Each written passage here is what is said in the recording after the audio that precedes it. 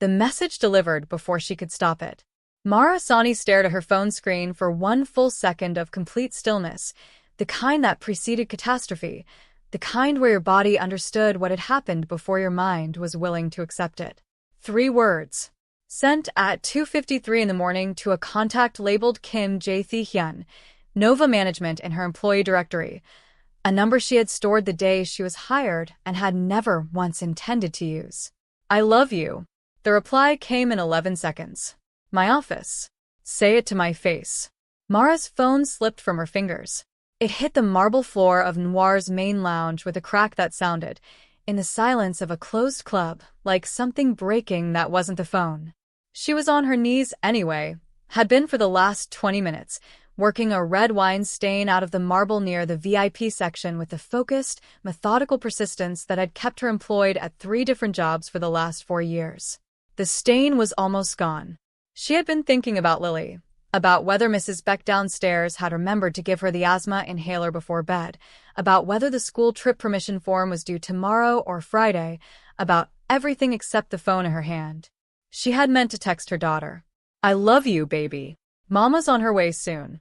She sent it to Lily every night at the 3 o'clock break without fail, had been doing it since Lily was 4 years old and Mara had first started working nights and needed her daughter to know, across the dark hours, that she was coming home. Her eyes had been blurry. Her thumb had slipped. Jae-hyun's name sat 2 contacts above Lily's in the directory, and she had hit it without looking, and now the most dangerous man in Seoul's underground was asking her to come to his office at 3 in the morning to repeat a declaration of love she had never made. Her legs moved before her mind finished arguing with them. The elevator to the top floor was 13 seconds. She counted every one. The hallway outside his office was black marble and low lighting, the kind of space that had been designed to communicate that the person at the end of it operated at a level where ordinary architectural gestures didn't apply. The door was open. Mara put her hand on the frame and stopped.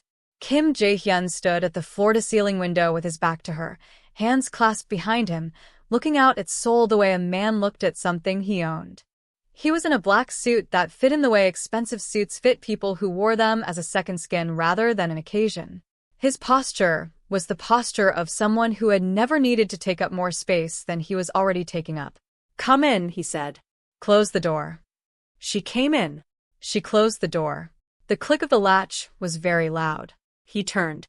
Mara had seen him before, twice in 6 months, both times at a distance, walking through the club with the contained, purposeful energy of someone who didn't make unnecessary movements. Up close, he was something different.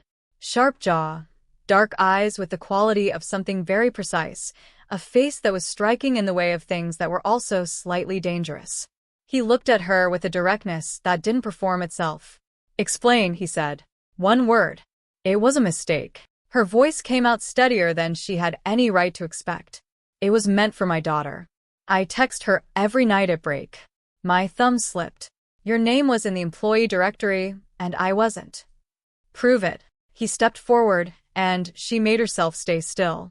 He moved the way the city looked from up here, like someone who understood that the most efficient route between 2 points was a straight line, and saw no reason to deviate from it. He circled her once, slowly. She kept her chin level. My phone is downstairs, she said. I dropped it when I read your reply. But my daughter is 8 years old. I text her every night. I've worked here for 6 months and I have never. Why would I text you that? I don't know you. Exactly. He stopped in front of her, close enough that she could smell his cologne, something dark and expensive that she would spend an unreasonable amount of time not thinking about later. So, why did you? The question hung between them. He was looking for lies. She could see the evaluation in his eyes, the precise, experienced process of a man who had learned to read people as a survival skill and had gotten very good at it. She met his gaze and gave him what was there: exhaustion, frayed nerves, a humiliation so thorough it had gone past embarrassment into a kind of dark clarity. Because I'm a tired single mother who works 3 jobs and hasn't slept more than 5 hours at a stretch in 2 years, she said. Because my eyes were blurry, and my brain was running on nothing, and I hit the wrong name. Because human beings make mistakes when they're human, and I am very, very human right now. Something moved behind his eyes. Small. Almost imperceptible. He stepped back. "Go back to work," he said. Mara blinked. "That's it. You heard me." She waited one moment for the catch, for the condition, for the thing that was about to make this worse. It didn't come. "You're not going to fire me?" Or, "No." His expression didn't change, but something at the corner of his mouth suggested the faintest acknowledgement of the situation's absurdity. "But I'll be watching you, Mara." He knew her name.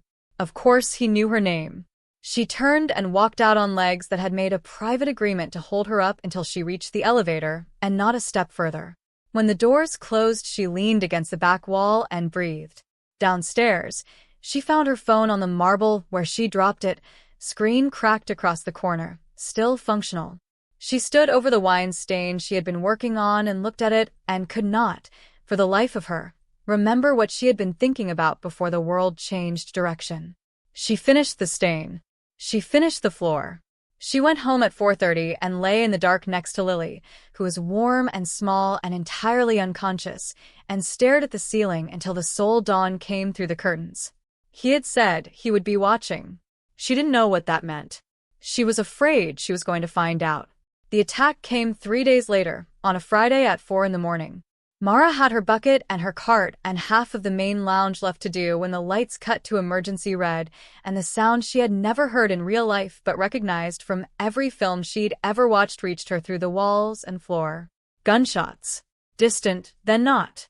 She had time to register that her hands were shaking before the stairwell door burst open and Kim Jae-hyun came through it with 2 men she didn't recognize flanking him. All 3 of them moving with a specific, contained urgency of people who had done this before and were doing it correctly. His eyes found her immediately, across the whole length of the darkened lounge, as if he had known exactly where she would be. "With me." He crossed to her, took her wrist, not rough, but not open to discussion, and pulled her toward the bar. His men fanned out to the exits. More shots, closer now, and she could hear voices in Korean that carried the particular flat, instrumental quality of people not talking but coordinating. "What's happening?" She was moving, keeping up, her shoes loud on the floor. Someone decided tonight was a good time to make a statement. He pulled back a panel behind the bar that she had never noticed in 6 months of cleaning around it, revealing a stairwell going down. It won't be the last time they're wrong about that. The basement was a different world from the club above. A steel door, a security panel, monitors covering every angle of the building. A room that was simultaneously a command center and a living space, leather couch, a narrow bed against one wall, weapons mounted with the same care that other people mounted art. He locked the door behind them and began working the security panel with the focused efficiency of someone executing a practice sequence. Mara stood in the center of the room and tried to make her breathing normal. "My daughter." "Address." He didn't look up from the panel. She hesitated for exactly 1 second. He had her employee file. He knew where she lived. She gave him Mrs. Beck's number instead and watched him make a call in Korean, quick and precise, and then hang up. "She's asleep," he said. Mrs. Beck answered on the second ring. "Your daughter is fine." Mara sat down on the edge of the couch. Her knees had decided they were done standing for a while, and she was inclined to agree. Above them, the sounds of the building doing violent things to itself continued for another 40 minutes and then, gradually, stopped. Minha sat in the armchair across from her, monitoring the screens with the detached attention of someone reading a document rather than watching men with guns. Occasionally, he made calls. Occasionally, he received them. He never raised his voice. He never showed anything on his face. When the last call ended, he set his phone down and looked at her. "Hours," he said, before she could ask. "Maybe until morning. The building needs to be fully cleared." Mara looked at the ceiling and thought about Lily asleep in their apartment and Mrs. Beck on the other side of the wall and the permission form that was definitely due tomorrow and the fact that she was sitting in an underground safe room with a crime boss at 4:30 in the morning because she had texted him "I love you" by accident 3 days ago and her life had become something she no longer entirely recognized. "Tell me about your daughter," Jae-hyun said. She looked at him. "Why?" "Because we have time." He leaned back in the chair, and something in his posture had shifted slightly, the absolute formal precision loosened by a fraction. the way a very controlled person occasionally allowed themselves to exist at less than full tension. And because you look like you need to talk about something you love. It was such a specific and accurate observation that it disarmed her completely. Lily, she said. She's 8. She wants to be an archaeologist. Last month she decided ancient Egypt was the only thing worth knowing about, and she's been making me listen to facts about mummification at dinner every night for 3 weeks. She heard her own voice warm as she said it, the automatic, involuntary warmth that Lily produced in her whenever she talked about her. She has my mother's eyes and her father's stubbornness, and none of his willingness to disappear when things get hard. He left. Before she was born. The old bitterness, worn smooth by years of handling it, said he hadn't signed up for this. That I should have told him sooner, as if 3 weeks was sooner enough. She looked at her hands. We've been fine. We are fine. 3 jobs is 3 jobs. Why 3? Because 1 doesn't pay rent, and 2 doesn't pay rent and school fees and groceries and the inhaler she needs every month and the coat she grew out of last winter. She said it without self-pity. It was just the arithmetic of her life. So 3. Jae-hyun was quiet for a moment. My parents died when I was 10, he said. Mara looked up. Seoul, winter. I don't talk about the circumstances. His voice was even, factual, the voice of someone who had processed something into information long ago. I was in the system for 2 years. Then I wasn't. He glanced at the monitors. I built this because it was the only architecture I was taught. Violence, leverage, control. The language of people who have nothing else to negotiate with. He paused. I'm not asking for sympathy. I'm telling you because you said we don't know each other, and I think that's worth correcting.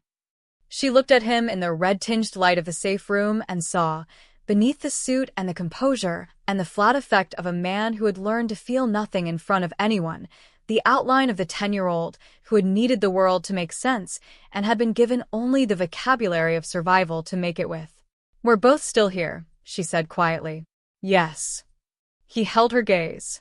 Different roads. Same exhaustion. Something shifted in his face. Small. Real. She fell asleep sometime after 6. She didn't mean to, had been fighting it, sitting upright, jaw set, but the crash of adrenaline leaving her system was decisive and she went under mid-sentence. She woke to warmth across her shoulders. His jacket. Draped over her while she slept.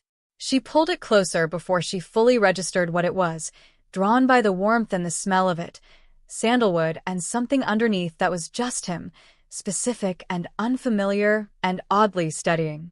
He was in the armchair, watching her with an expression she hadn't seen on him before. Not the assessment, not the control. Something quieter than both of those. You are cold, he said, when he saw her eyes open. What time is it? Nearly 7. Building's clear. You can go. He didn't move. She didn't move. You should sleep more than you do. I sleep exactly as much as I can afford to. She sat up, held his jacket in her lap. How long have you been watching me? On the cameras. Since your 3rd week. No hesitation, no apology. You work with more care than this building deserves. You clean things that nobody will notice were dirty. You never cut the corners that wouldn't be seen. He looked at her steadily. I've employed a great many people. Most of them do the visible minimum. You do the invisible maximum. I wanted to know why. Because the work is the work, she said. It doesn't stop mattering because nobody's watching. He looked at her for a long moment. That's why, he said. That's exactly why. She stood, extended his jacket back to him. He took it, and for a moment their hands were both on it, and neither of them let go right away, and the air in the underground room had changed into something that had nothing to do with gunfire or safe rooms or anything that had gotten them here. I'll drive you home, he said. You don't. I'll drive you home, Mara. She let him. In the car, the Seoul dawn was arriving in the particular way it arrived in November. Reluctant, gray, the city reassembling itself into its daytime shape. She sat in the passenger seat of a car that cost more than she made in a year and watched the streets she knew from the inside of buses and night-shift trains slide past from a different angle. Maybe that text wasn't an accident, he said. It was quiet, almost to himself. She turned to look at him. His eyes were on the road. It was an accident, she said. I know. A pause. I meant maybe it was the right accident. She didn't answer.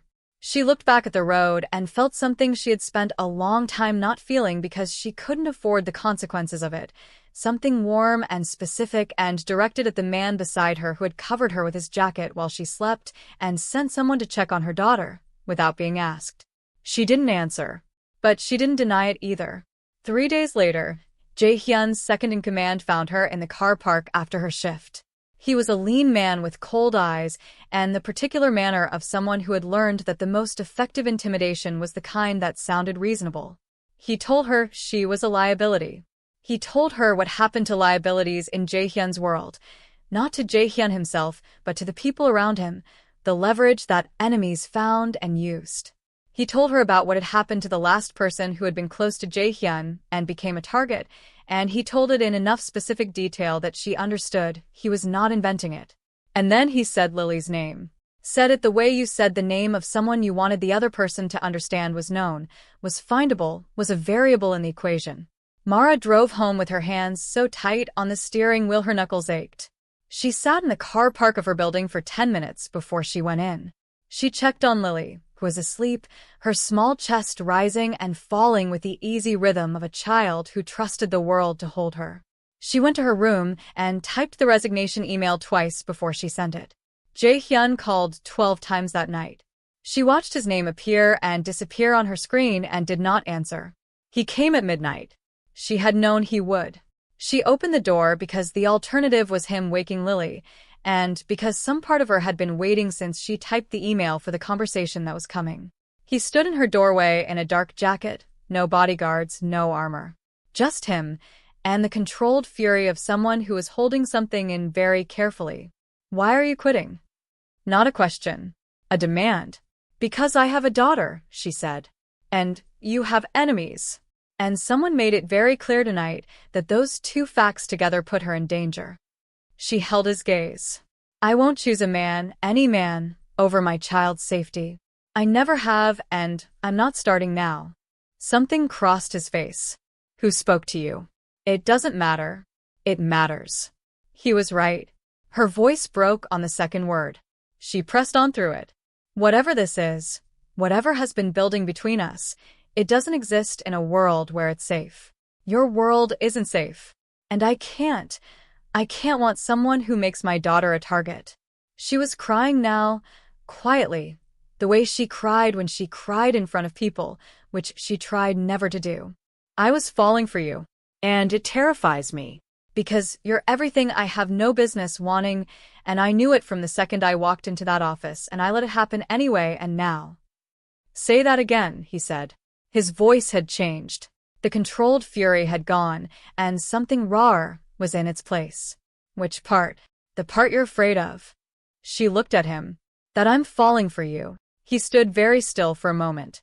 Then he turned and walked away down the corridor without a word, and the sound of the stairwell door was the loneliest sound she had heard in a long time. 2 weeks.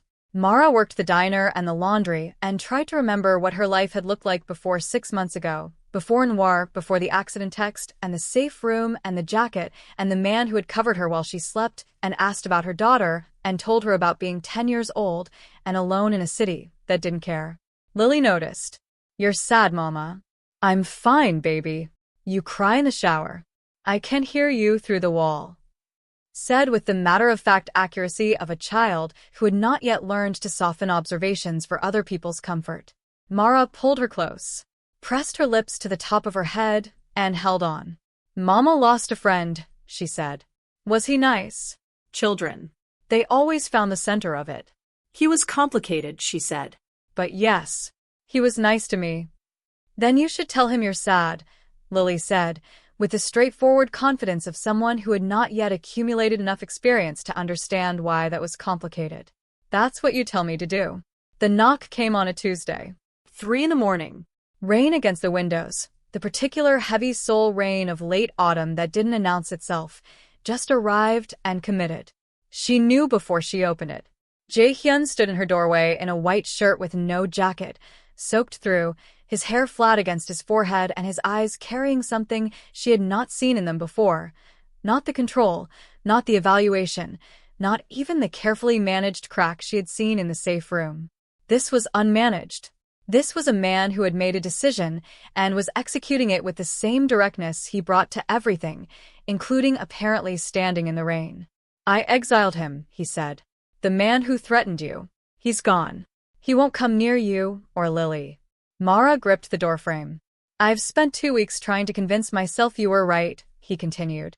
That this was insane, that walking away was the correct calculation. "I'm good at calculations." He stepped closer. The rain came in slightly around him. "I can't sleep. I can't work. I've sat in that office and looked at camera 7 and there's nobody on camera 7 and it's—" He stopped. Started again.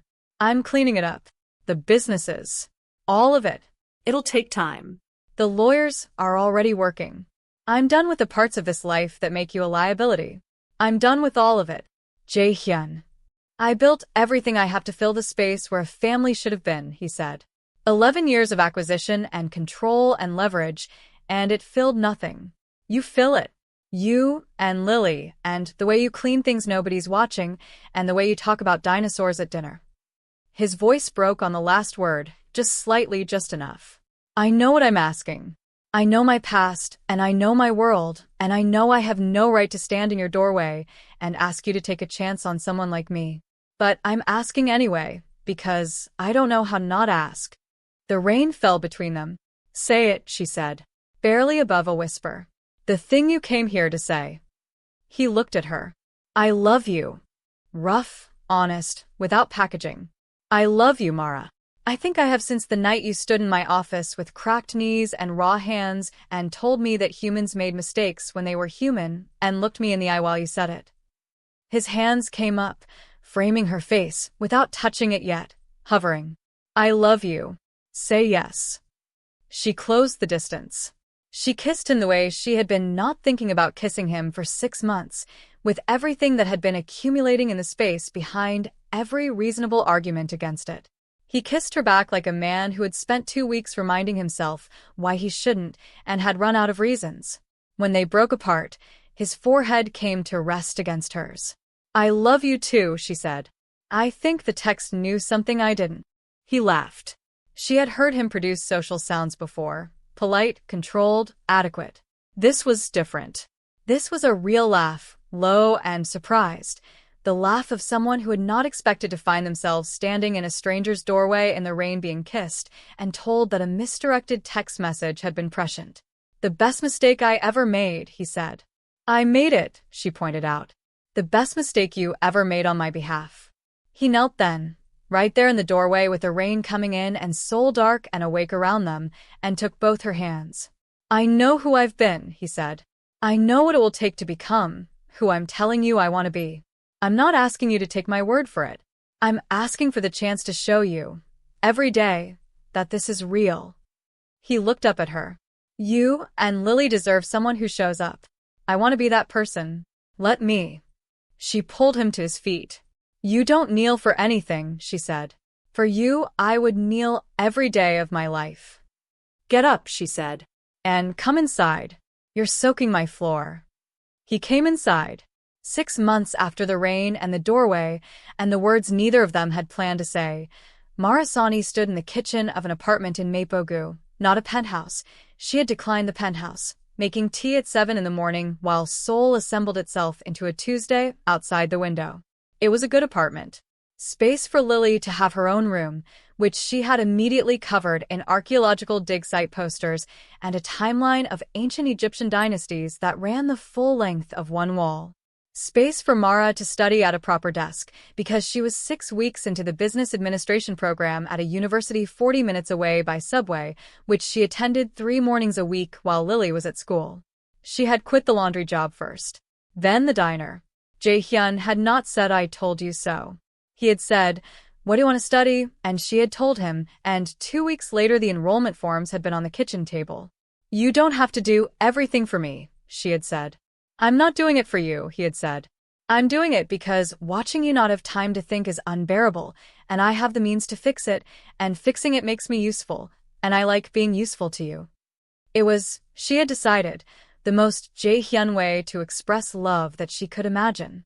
She heard him in the hallway, the quiet, specific sound of his footsteps, and then he was in the kitchen doorway in a t-shirt, and the kind of expression that had become her favorite of his, the unarmored morning expression, the one that existed before the day's requirements assembled themselves on his face. "Lily's awake," he said. "She wants to tell us something about Tutankhamun before school." "She wants to tell you," Mara corrected. "You made the mistake of asking a follow-up question last week. Now she thinks you're interested." "I am interested." He crossed to her, hands settling at her waist in the unhurried way he developed over months of mornings, the way of someone who had figured out where they fit. Tutankhamun was 9 when he became pharaoh. "That's objectively interesting." "She told you." 3 times. "I retain information." He pressed his lips to her temple. "Say it." It had become a habit between them, this request. Not desperate anymore, not the raw plea from a rainy doorway. Just the daily practice of 2 people who had both spent a long time in the kind of quiet that came from having no one to say the important things to. "I love you," she said. In English, then, because Lily had insisted on teaching her, Sarangi. He smiled against her hair. "Sarangi, Mara." From down the hall, Lily's voice arrived with the morning. "Appa Jae, did you know that archaeologists found honey in Tutankhamun's tomb that was still edible after 3,000 years?" "I did not know that," he called back, and his voice carried the specific warmth of someone who is very glad to be in a position to not know things and be told them.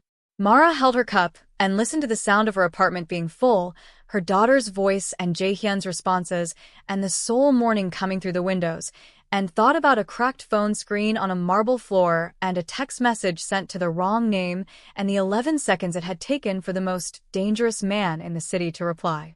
"My office." "Say it to my face." She had said it. Eventually.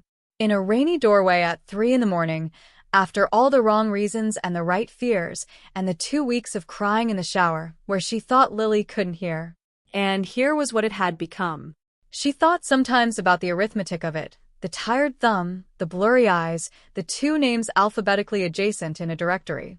The absolute improbability of 3 words landing exactly where they shouldn't have, and meaning, somehow, exactly what they said. Some mistakes, it turned out, knew where they were going. If this one made you smile, tap the heart and let me know in the comments. What's the most significant wrong text you ever sent? Like, subscribe, and share this with someone who needs a reminder that sometimes the universe has better aim than we do. Stay blessed. See you in the next one.